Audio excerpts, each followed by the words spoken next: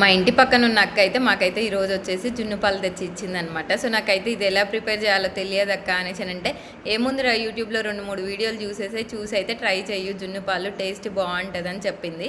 నేను ఎప్పుడైనా road side కొన్న జున్ను తినడమే కానీ డైరెక్ట్గా ప్రిపేర్ చేసుకొని తినడం అయితే ఇదే ఫస్ట్ టైం. అంటే పాలు విరిగిపోయిన పాలు ఉంటాయి కదా, విరిగిపోయిన పాలల్లో చక్కెర వేసుకొని తినడం అట్లా చాలా ఇష్టం అనమాట. సో ఇంట్లో ఎప్పుడైనా ఎక్కువగా పాలు ఉన్నా కూడా అందులో ఒక లెమన్ పిండేసి విరిగిపోయిన పాలు అయితే తింటూ ఉండేదాన్ని. కాకపోతే జున్ను ప్రిపేర్ చేయడం అయితే ఇదే ఫస్ట్ టైం అనమాట.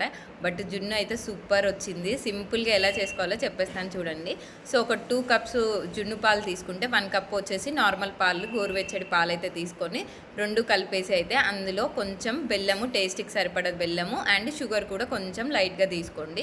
సో బెల్లం మొత్తం బాగా కరిగినాక అయితే వడగట్టేసేసుకొని అందులో అయితే మిరియాల పొడి అండ్ యాలకుల పొడి కలిపేసేసుకొని ఒక 15 మినిట్స్ కుక్కర్లో స్టీమ్ చేసేసుకొని తీసేసుకుంటే అయితే మన జున్ను అయితే రెడీ అయిపోతుంది. టేస్ట్ అయితే సూపర్ వచ్చిందండి. వీడియో నచ్చితే ఒక చిన్న లైక్ ఇవ్వండి.